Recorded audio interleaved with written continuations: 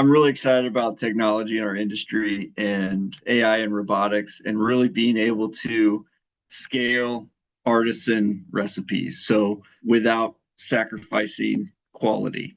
I think what the future has for the bakery industry and specifically the pie business is the ability to actually scale great recipes while retaining what makes those recipes great. We've seen pot pies and meat pies be a big part of that. Even though it's like a comfort food pot pie, it can be sold year round. So it's not as seasonal as, say, a pumpkin pie.